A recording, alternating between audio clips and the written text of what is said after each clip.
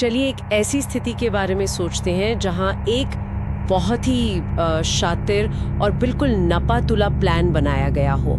एक इंसान अपने घर से करीब 1500 किलोमीटर दूर है, उसका क्रेडिट कार्ड वहाँ चल रहा है, फ़ोन के पिंग्स भी वहाँ मिल रहे हैं। बिल्कुल, और वो वहाँ अपने बच्चों के साथ छुट्टियाँ मना रहा है, तस्वीरें ले रहा है और सबकी नज़रों में एक आदर्श पिता बनने की कोशिश कर रहा है। हाँ, पर ठीक उसी वक्त हज़ारों किलोमीटर दूर उसकी थकी हारी पत्नी अपने ही घर का दरवाज़ा खोलती है, उस घर का जिसे वो दुनिया की सबसे सुरक्षित जगह मानती थी।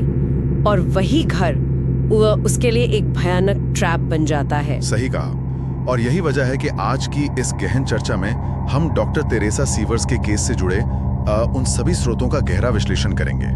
हम इसकी पुलिस रिपोर्ट्स और कोर्ट के दस्तावेज दोनों को देखेंगे। उस मनोविज्ञान को समझना चाहते हैं जहां एक रिश्ते का आर्थिक असंतुलन एक ठंडे दिमाग से रची गई हत्या की साजिश में बदल जाता है। चलिए इसको थोड़ा समझते हैं। ये केस दरअसल इस बात का एक काफी सटीक उदाहरण है कि कैसे एक अपराधी हिंसा को किसी गुस्से या जज्बात में आकर नहीं बल्कि एक बिजनेस ट्रांजैक्शन की तरह इस्तेमाल करता है।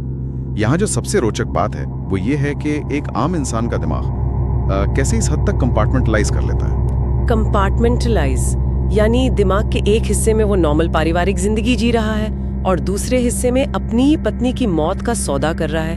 ये सच में बहुत अजीब है। बिल्कुल अजीब है। तो इस केस को ठीक से समझने के लिए हमें सबसे पहले उस महिला के बारे में जानना होगा जिसकी जिंदगी इतनी बेरहमी से छीन ली गई। डॉक्टर टेरेसा सेवर्स सिर्फ एक आम डॉक्टर नहीं थी। हाँ, मैं पढ़ रही थी कि उनकी पूरी जिंदगी एक जुनून का उदाहरण थी।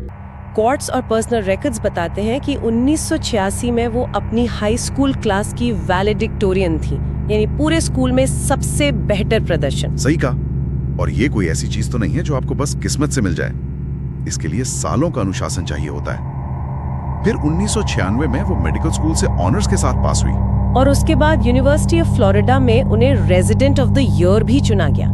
जो लोग इस मेडिकल फील्ड को जानते हैं वो समझते हैं कि रेजिडेंसी का दौर कितना मुश्किल होता है। हफ्ते में 80-80 घंटे काम करना, ठीक से नींद पूरी ना होना और हर रोज जिंदगियों और मौत के बीच फैसले लेना। वहाँ रेजिडेंट ऑफ द ईयर बनना ये साबित करता है कि टेरेसा के अंदर कितना असाधारण धैर्य था। बिल्कुल। और उसी मेहनत के बल पर 2006 में उन्होंने फ्लोरिडा में अपना खुद का क्लिनिक खोला, restorative health and healing centre. एक तरह से उन्होंने खुद अपने हाथों से एक आर्थिक साम्राज्य खड़ा किया था। लेकिन यहाँ पर एक अजीब सा विरोधाभास शुरू होता है। देखिए, एक तरफ उनका इतना चमकता हुआ करियर था और दूसरी तरफ उनकी पर्सनल लाइफ जहाँ चीजें उतनी परफेक्ट नहीं थी। हाँ, 2003 में पहले तलाक के बाद उन्होंने 2004 में मार्क सीवर से शादी की। उनकी 2 छोटी बेटियां थीं, जोजी और कामी। दिखने में ये खूबसूरत परिवार लगता था, पर स्रोतों के अनुसार घर के अंदर का जो आर्थिक असंतुलन था वो बेहद गहरा था। तेरेसा ही पूरे घर की आर्थिक धुरी थी, वही अकेले कमाने वाली थी, जबकि मार्क का रोल सिर्फ क्लिनिक के छोटे मोटे कामों तक सिमट कर रह गया था। मतलब घर का लाइफस्टाइल, खर्च, सब कुछ सिर्फ तेरेसा पे निर्भर था। तो जब एक पार्टनर पूरी तरह से आर्थिक रूप से दूसरों पर निर्भर होता है तो क्या होता है? कोर्ट के दस्तावेज भी यही इशारा करते हैं कि उनकी शादी टूटने की कगार पर थी। जब किसी को दिखता है कि रिश्ता खत्म होने वाला है तो उसके अंदर एक गहरा डर पैदा होता है। मार्क को सिर्फ तलाक का डर नहीं था, उसे डर था अपने उस आरामदेह लाइफस्टाइल के छीन जाने का, और बच्चों की कस्टडी खोने का भी डर रहा होगा, है ना? और इस डर के बीच में एक बहुत बड़ा फैक्टर था जिसे हम अनदेखा नहीं कर सकते। तेरेसा की लाइफ इंश्योरेंस पॉलिसी जो करीब $4.4 मिलियन की थी, और उसका अकेला बेनिफिशियरी मार्क था। ये पॉइंट बहुत जरूरी है। मैं इसको एक एनालॉजी से समझना चाहूंगी। ये कुछ ऐसा है कि एक इंसान पूरी मेहनत करके कंपनी खड़ी करता है और उसका पार्टनर जो कोई खास काम नहीं करता, उसके पास $4.4 मिलियन का गोल्डन पैराशूट है। सही समझाया आपने। अगर वो कानूनी रास्ते से तलाक लेता तो शायद उसे आधी दौलत मिलती या शायद बहुत कम मिलती। ऊपर से कानूनी लड़ाई अलग लड़नी पड़ती जो काफी महंगी होती। लेकिन इंश्योरेंस मिलना एक सीधा टैक्स फ्री मुनाफा था, तलाक उसके लिए घाटे का सौदा था और इंश्योरेंस एक मुनाफा। पर क्या सिर्फ पैसा ही सब कुछ था? देखिए, ये भारी रकम खुद में मोटिव नहीं होती। दुनिया में हजारों डॉक्टर्स अपने परिवार के लिए ऐसी पॉलिसीज लेते हैं, लेकिन आप इसको एक टूटते हुए रिश्ते, आर्थिक डर और एक ऐसे इंसान की मनोस्थिति के साथ जोड़िए जो अपना आराम नहीं छोड़ना चाहता। तो इन्वेस्टिगेशन में क्या सामने आया फिर? इन्वेस्टिगेशन के दौरान ये बात सामने आई कि मार्क ने कानूनी रास्ते जैसे डिवोर्स लॉयर्स या संपत्ति के बंटवारे का चुनाव नहीं किया। उसने करीब $1 लाख में अपनी पत्नी के कत्ल का कॉन्ट्रैक्ट दे दिया। $1 लाख, यानी बिल्कुल ठंडे दिमाग से किया गया एक सौदा। मैं थोड़ा इस प्लान पर आना चाहती हूँ क्योंकि ये सच में हैरान करने वाला है। जून 2015 में पूरा परिवार टेरेसा की माँ का जन्मदिन मनाने न्यू इंग्लैंड जाता है ना? हाँ, और मार्क वहाँ बच्चों के साथ रुक जाता है। ये वही फिजिकल एलिबाई बनाने का तरीका था जिसका जिक्र आपने शुरू में किया था। लेकिन इधर फ्लोरिडा में एक पूरी टीम इस काम को अंजाम देने के लिए पहुंचती है। मार्क ने अपने एक पुराने दोस्त कर्टिस वेन राइट को इसके लिए चुना। मुझे एक बात बिल्कुल समझ नहीं आती, आप किसी अपने करीबी दोस्त के पास जाकर ये कैसे कह सकते हैं कि मुझे अपनी पत्नी को मरवाना है? ये आम बातचीत तो बिल्कुल नहीं हो सकती। नहीं, बिल्कुल नहीं। ये एक लंबा प्रोसेस होता है जिसे साइकोलॉजी में ग्रूमिंग कहते हैं। मार्क और राइट की दोस्ती बहुत पुरानी थी। कत्ल से कुछ महीने पहले ही मार्क राइट की शादी में शामिल होने मिजोरी गया था। अच्छा, तो वहाँ उसने इस साजिश की नींव रखी होगी। हाँ, वहाँ आर्थिक लालच और दोस्ती की वफादारी के नाम पर इस प्रॉब्लम की सोल्यूशन की बात हुई। फिर राइट ने इस काम में अपने एक और जानने वाले जिमी रे रॉजर्स को शामिल किया। रॉजर्स का टेरेसा से कोई लेना देना नहीं था। उसके लिए ये सिर्फ एक बिजनेस कॉन्ट्रैक्ट था। इन दोनों ने बचने के लिए बर्नर फोन्स खरीदे और सिग्नल ऐप का इस्तेमाल किया जिसमें मैसेजेस इनक्रिप्ट होते हैं। हाँ।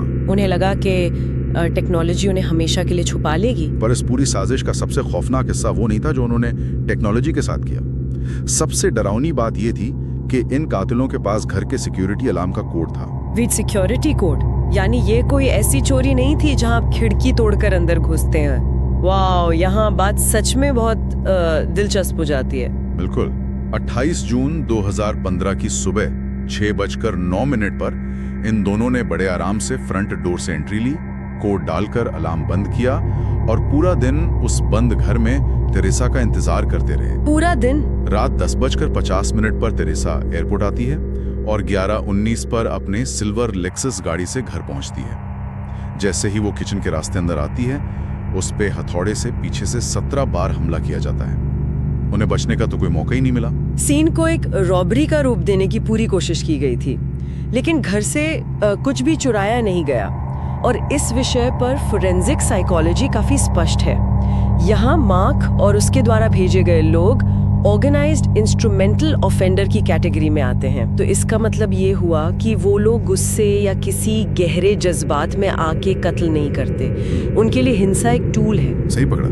एक इंस्ट्रूमेंटल ऑफेंडर में एम्पैथी यानी दूसरों का दुख महसूस करने की क्षमता लगभग खत्म होती है।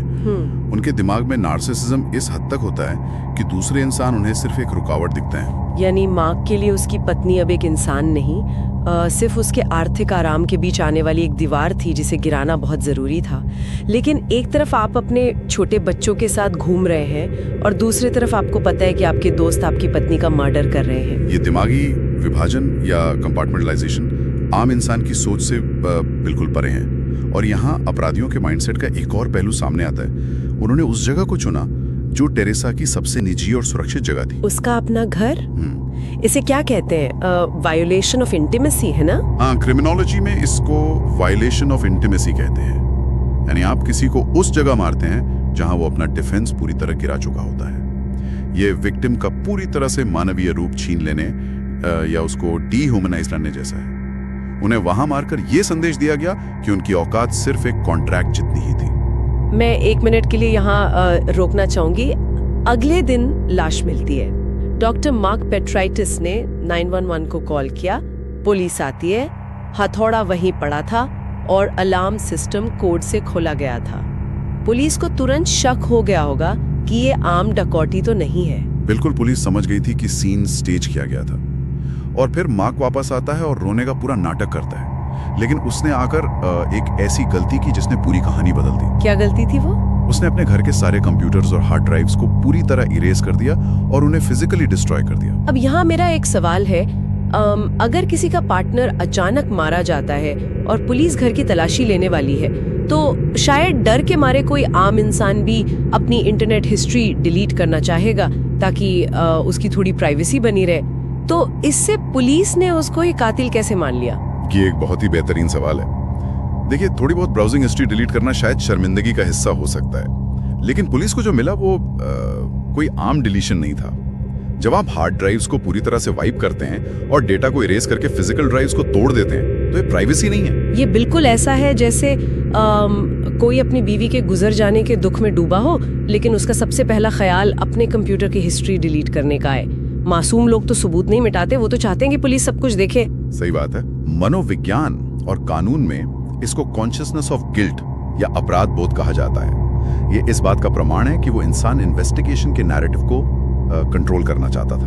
वो जानता था कि उन ड्राइव्स के अंदर उन कम्युनिकेशंस या फाइनेंशियल डिटेल्स का रिकॉर्ड है जो उसके मासूम होने के नाटक की धज्जियां उड़ा देगा, है ना? एक मासूम इंसान को सबूत बचाने की जल्दी होती है ताकि कातिल जल्द से जल्द पकड़ा जाए।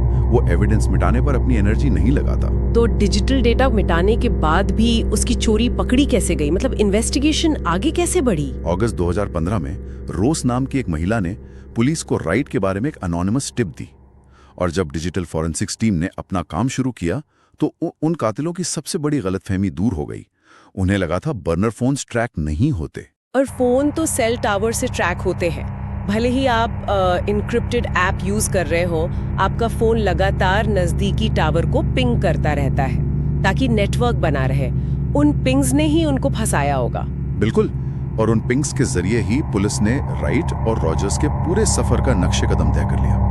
मिजोरी से लेकर फ्लोरिडा तक उनका रूट ट्रैक हो गया। इसके अलावा डेटा इन्वेस्टिगेशन ने उन्हें सीधे एक लोकल वॉलमार्ट की सर्वेलेंस फुटेज तक पहुंचा दिया। वाह, तो उस फुटेज में क्या दिखा उन्हें? उस वीडियो में ये दोनों मर्डर के ठीक पहले कुछ सामान खरीद रहे थे। एक बार जब कातिलों की आइडेंटिटी और उनकी लोकेशन साबित हो गई तो उनके और मार्क सीवर्स के बीच के लिंक्स को जोड़ना पुलिस के लिए बहुत आसान हो गया। यानी मार्क ने जो फिजिकल एलिबाई कनेटिकट में बनाई थी, वो क्रेडिट कार्ड रिसीट्स और वो परिवार के सामने दिखावा, वो सब उन अदृश्य डिजिटल धागों के आगे ढेर हो गया जो राइट और रॉजर्स अनजाने में पीछे छोड़ गए थे। ये सच में हैरान करने वाला है। और इस डिजिटल एविडेंस के आधार पर ही उनका केस मजबूत हुआ। इसके बाद तो कानूनी सजा का सिलसिला शुरू हुआ होगा। फरवरी 2016 में मार्क को अरेस्ट किया गया। हाँ, और कर्टिस राइट ने गिल्टी प्ली के साथ 25 साल की सजा कबूल कर ली और बाकियों के खिलाफ गवाही भी दी। अक्टूबर 2019 में जिमी रॉजर्स को बिना परोल के आजीवन कारावास की सजा मिली। और उसके थोड़े दिन बाद दिसंबर 2019 में इस पूरी साजिश के मास्टरमाइंड मार्क सीवर्स को फर्स्ट डिग्री मर्डर के लिए मौत की सजा यानी डेथ सेंटेंस सुनाई गई। पर इन सब चक्रों में सबसे दुख की बात पता है क्या है? वो दो छोटी बच्चियां, सही कहा आपने, जोजी और कामी, जो उस वक्त सिर्फ 10 और 7 साल की थी। एक ही रात में उन्होंने अपनी माँ को खो दिया और कुछ दिन बाद उन्हें पता चला कि उनके पिता ही कातिल हैं। उनका बचपन हमेशा के लिए तबाह हो गया। अब वो अपनी नानी मैरियान ग्रूव्स के पास कनेक्टिकट में रहती हैं। जिस औरत का जन्मदिन मनाने के बहाने ये साजिश रची गई, वही अब उन बच्चियों को पाल रही हैं।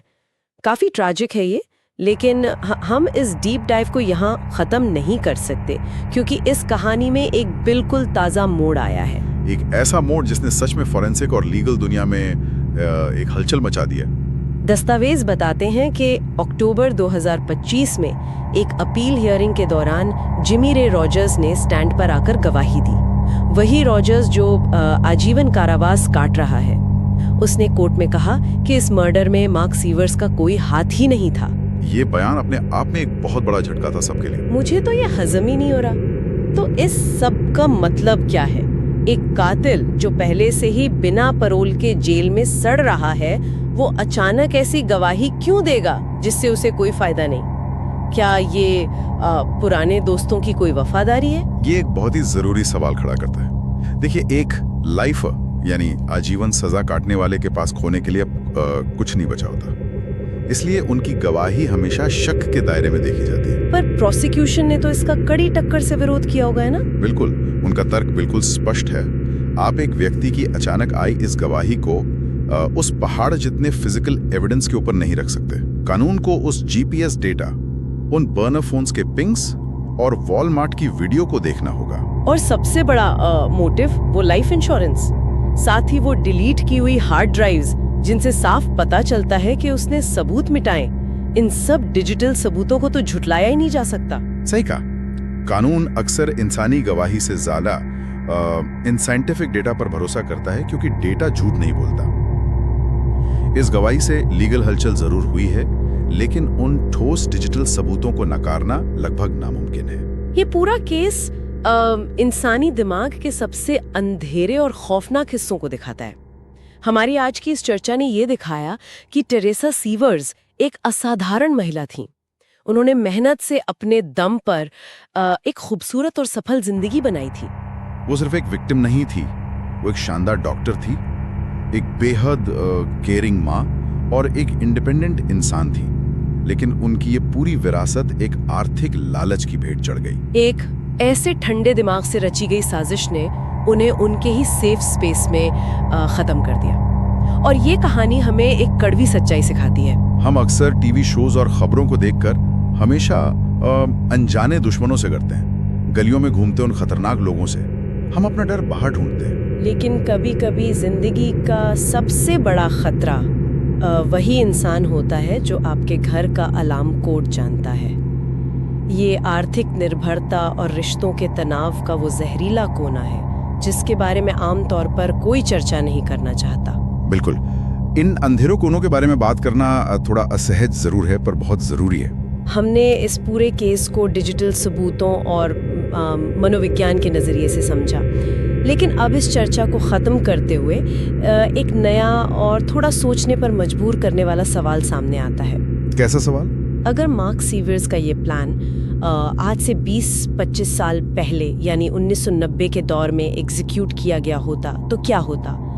एक ऐसा दौर जब हमारे पीछे इतने डिजिटल सबूत नहीं छूटते थे, जब सेल टावर पिंग्स नहीं थे, सर्वेलियंस कैमरास नहीं थे, और ना ही इंटरनेट हिस्ट्री का कोई ऐसा वजूद था जिसे डिलीट करना पड़े। हाँ, तो अगर आज के इस डिजिटल दौर में हमारी हर हरकत लगातार ट्रैक न हो रही होती, तो क्या मार्क अपना वो परफेक्ट फिजिकल एलिबाई लेकर हमेशा के लिए बच निकलता? ये हो सकता था कि बिना इन डिजिटल ट्रेसेस के वो सच में कानून की पकड़ से बाहर ही रहता। क्या आज के समय में हमारा न्याय पूरी तरह से उन अदृश्य डिजिटल धागों पर निर्भर हो चुका है जो हम हर कदम पर अनजाने में अपने पीछे छोड़ जाते हैं? ये ऐसी बात है जिस पर हम सबको विचार करना चाहिए।